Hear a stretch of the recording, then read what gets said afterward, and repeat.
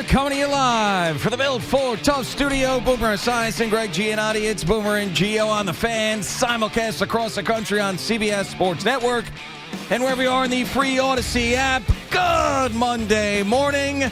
A Subway Series that was fun. A Subway Series that got the Yankee fans beating their chest. Oh, C-Mac this morning, I was driving in saying Plan B is so much better than re-signing Juan Soto, and Brian Cashman took down the New York Mets, and Juan Soto, what a terrible signing. That's all I have heard the last couple of days. But if you're a Mets fan like we are, unfortunately, it is towards the end of May, but we got to wear it today. You have to. If you were anybody that was chirping in a Yankee fan's face, we didn't do a lot of that, but the Met fan base as a whole did about signing Soto. Well, today, this morning, you got to wear it. You got no choice, and hopefully by the end of the season, you'll be able to exact some real revenge with the Mets going farther than the Yankees. But right now, it's not fun to be a Mets fan after what happened last night. And the New York Knicks on Wednesday, they are in the Eastern Conference Finals, all-knowing, omnipotent Jerry Recco told us it was going to be a blowout.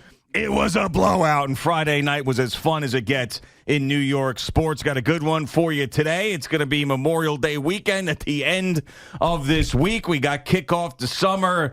Good morning, Boomer. How are you? Yeah, I'm doing good, G, and I'm kind of like you and the rest of the Met fans, very disappointed in the performance over the weekend for Juan Soto, but it's a long way to go. And these games, while they are important, and it's the first time that the Yankee fan has a chance to do some fun stuff over the weekend. They're allowed. Juan Soto. I give them all the credit in the world. They were hilarious, actually. All these different things that came up, and I did hear Susan on with Sal and BT talking about maybe what some of the chance would have been, and it turned out she was right. And what can I say? This is what happens. But I just want to tell Yankee fans, your team was not paying Juan Soto $700 million. This whole dance with Juan Soto and we want to keep him and all that was a bunch of crap. They were not going to keep him. Just remember that they were not going to keep him. Once it got up to that level of money. 100%. Yes. I mean, they were not going to double what they're paying Aaron Judge, who is by far, in my eyes, the best baseball player in baseball, maybe with the exception of Ohtani. Those two guys are 1 and 2, 1A, whatever, 1B. I mean, Juan Soto just had a brutal 3 days. I don't know how else to put it. He could smile all he wants. He could take his helmet off and acknowledge the boos all he wants on Friday night. At the end of the day, it was a bad weekend for him. So now he and his family can get on the private jet and go up to Boston. That was interesting that Carl Ravitch said that part of it yesterday. Did you hear that? Yeah, I did. And I also heard Carl Ravitch talk about Juan Soto vehemently trying to back out of being mic'd up, that he was begging to get the microphone off of him, and it ended up going to Brandon Nimmo. So those were two very interesting things, the private jet thing and then the didn't want to be mic'd up thing. He made sure he put those out there on the broadcast. By the way, Brandon Nimmo was awesome. He was great. But he was fine, and I understand why. But it is interesting that Soto was like, I want no part of this. Yeah, I understand why. I mean, I totally get all of that, but man, the amount of crap that the Mets have given this guy. I mean, when you think about it, it's insane. And, so now, by the way, in that regard, in terms of salary, which is exactly what Juan Soto should have done. He should have gotten as much money as he possibly could, because it's up to him to up the next guy's contract. Sure. And that's what you do. That's why you're a part of a union. That's why you take the most money, and they all do the same thing. So it's no different. It's not like he was with the Yankees and drafted by the Yankees and left the Yankees and went to the Mets. He spent 1 year as a mercenary for the New York Yankees. And the Yankees had to give up something to get him, and then Michael King. But they did get back Trent Grisham. They were able to sign Max Fried. They were able to sign Goldschmidt. They were able to sign Bellinger. And all four of those guys played significant roles in the Yankees taking this series. So, if I'm a Yankee fan, I wake up, I'm happy as hell this morning because Juan Soto, basically did not have a great series. If I'm a Met fan, I'm a little bit disgusted at Pete Alonso turning into Lucas Duda over there at first base. That was really not ugly. Realizing, but this is another bad throw by him. Yeah, I mean, defensively, they were miserable in this series. That was the worst of the lot. But just to finish up on Soto for a second, there's two things that happened last night and one of which is being shown here on CBS Sports Network. where you're like, okay, this is now going outside of him being in a slump where you're questioning his effort in two different instances. Now, the first one we just saw where he's not running out the ground ball, he thinks it's going to be a base hit. That's what he thinks. In his perspective, he's like, this is going to be a base hit. I could just jog to first. It's not. Great play made, and he gets thrown out. But he's got to be running. I'm sorry. I mean, that was no lock that was going to be a hit. You have to be running. And then also, his effort with the home run out in right field. I mean, it was almost like he was afraid of the fans out there to go up and get that ball. That ball seemed to me that it deserved a little bit more of an effort from him. So, those two things were a little bit concerning. But there's no way we can make an evaluation on what team made out better after this. It's just that the Yankee fan who heard it the entire offseason, the entire beginning of the season, we are the big brother now. We spend the money. We have the richest owner in baseball. We took your player.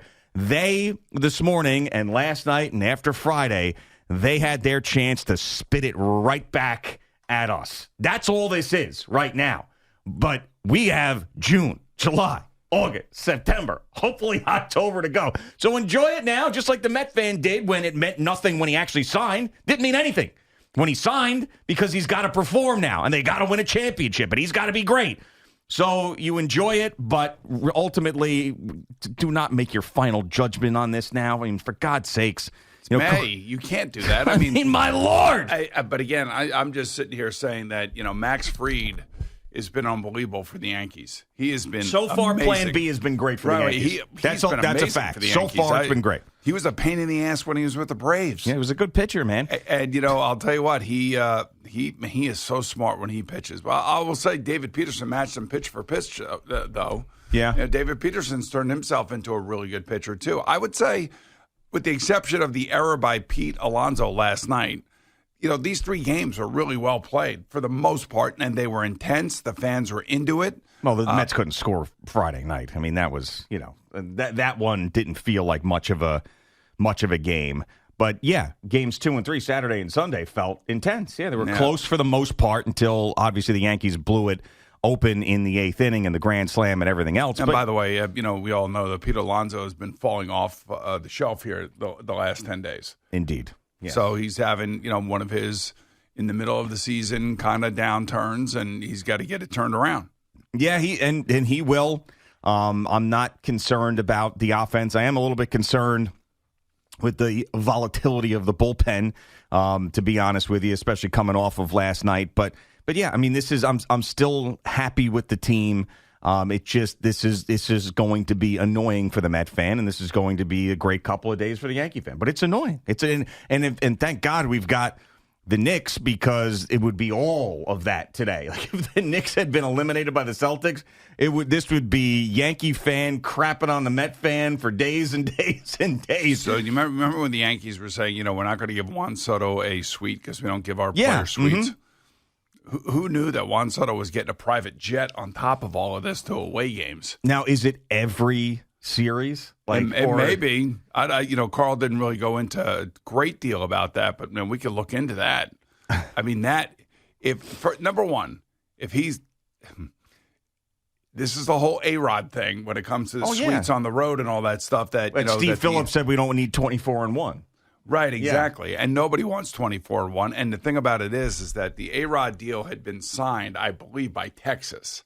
So when you were trading for him, you had to accept what was in that deal. Yeah, but I'm going back to before he signed with Texas and he wanted to be a Met, and they put all those things in front of Steve Phillips and the Wilpons, and they were like, this is just getting out of control because some of the things that he was asking for, like private jets. It's asinine. Right, and they said no. Now, I would have loved for them to say yes at the time. I mean, A-Rod, Hall of Fame player. Obviously, we know what happened with the steroids, all the other stuff, but the guy was amazing, and it would have been nice for him to be in a Mets uniform. But what A-Rod was asking for all those years ago is what the Mets gave Juan Soto all these years later. Yeah. Yeah, you did needed that. We all did needed that. But the point being is that if Juan Soto is putting up huge numbers and Juan Soto's coming through, nobody cares. Nobody really cares about that. But then all of a sudden, when that doesn't happen, and then somebody else is coming for a contract extension, and the Mets treat that guy like crap compared to what that guy thinks that Juan Soto has, that's where the schism spot happens, right? Yeah, so, no, I know. I mean, I almost fell off my chair last night when I heard Ravitch say that because I knew that he got in the suite. I had no idea that he had gotten a private jet charter. I'm assuming it's for his family. Yeah, I mean, I guess when I heard it, I was just thinking that like he had gotten inside information about just this particular trip up to Boston that he was going to get the private jet. I wasn't. Yeah, I know. I guess I wasn't as I don't know. My brain wasn't critically thinking at that point. I just was. I was like, but now you're saying it. I'm like, wait a second. Is he really doing that on every? Is he doing that on every trip? We got to get. Somebody's got to get a little bit more specific information regarding that.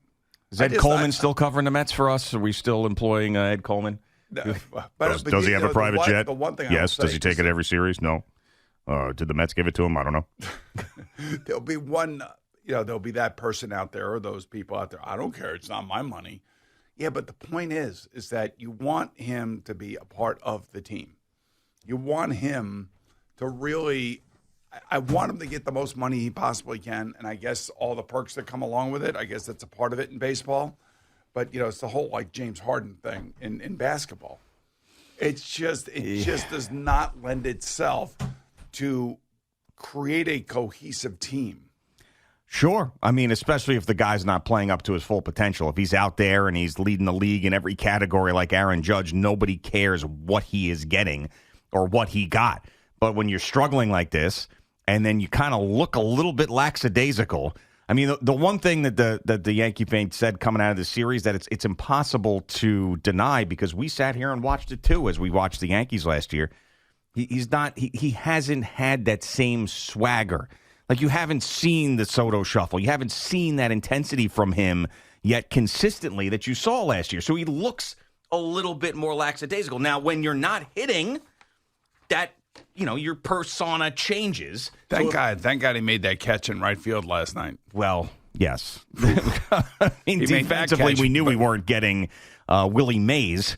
But yes, you're right. But I mean, so now you got not only the lack of production, but you're looking at a guy who doesn't look like he's trying too hard. He looks like he's not trying enough. Now, I'm not totally alarmed, but everything that every criticism that Juan Soto is going to get this morning will be fully warranted because of the performance that he had, the start he's gotten off to, and the fact they didn't perform against the Yankees. And how he looked. Yeah. I mean, so you want to slam Soto? Today's the day. Get out the sledgehammer and crush him. I'm going to stick by him. I'm not going to go crazy. I'm annoyed with him. I'm frustrated with him. But I know that if this team is going to bring all of us a World Series championship, we're going to need him to be aces. So I would think with, $765 million in the bank, suites, private jets, the whole thing, I need to see a little bit more effort. I'm sorry. Wonder if he plays golf and where he has joined his club. Maybe we can go out there with him. They probably gave him 3 club memberships or 4 club memberships. Who knows? Shinnecock, Augusta. Yeah, I don't think he's getting into those places right now. No, I'm kidding. But yeah, I mean, he got everything. And, Steve Cohen, he treated that Juan Soto signing probably like he would that, piece of art that he wasn't going to let someone else have.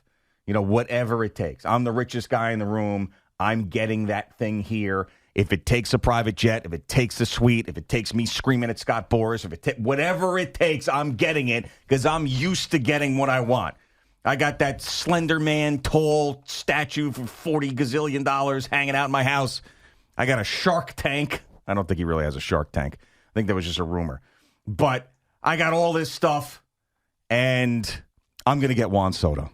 And if he wants a private jet, he gets a private jet. Fine. Call him up. Wheels up. Wheels up. Give him a private jet. Who else is out there that does those companies? We'll just get the whatever this guy needs. What are you looking at there? I'm looking at... Oh, there we go. See, there's Al Dukes, who was posing for the Slender Man statue that Al's actually thinner now than he was in that picture, which is wild. But, yeah, there it is. That's a Steve Cohen prized possession right there. So you're looking at something there because you've disengaged. Well, there was a $70 million auction flop this weekend. And I thought that's what you were talking about, but it's something else. No. This happened at Sotheby's. Oh, okay. No, I'm talking about, Steve Cohen. His history prior to owning the Mets was that he's one of the biggest art collectors there is. So that's what I was bringing up. It's a Giacometti bust. Giacometti bust? Yes, that's what it was. That's what the Giacometti, maybe? Is it Giacometti or Giacometti? Giacometti. I don't know. That's the thing right there. So it was supposed to go for a lot of money, and it did not? And it did not. Why not? Does it say? I'm not sure why, but it's a 1955 bronze bust. Oh, okay. That looks like Al Dukes, too, to some respect. No, it kind of looks like Christopher Lloyd, actually. That's what I'm It's very thin. It's very thin. Yeah. All right. Well, maybe Steve Cohen, after paying all the money for Soto's, like, I cannot come in and get this Giacometti bust. And then once he's not involved, then the thing flops. They thought it was going to get $70 million. Yeah. I mean, that's insane. You have to appreciate art to understand. $70 million? Yes. Come on. Yeah. I mean, that's more than like a year of Joe Burrow. That's exactly right. $70 million. Yeah. Give me Joe Burrow for a year over the Giacometti statue. All right, Boomer and Gio just getting started on this Monday morning. Of course, we got a lot of great Knicks talk, as well as they'll get their series started. The Eastern Conference Finals against the Pacers on Wednesday night. Jerry joins us in just a couple of minutes.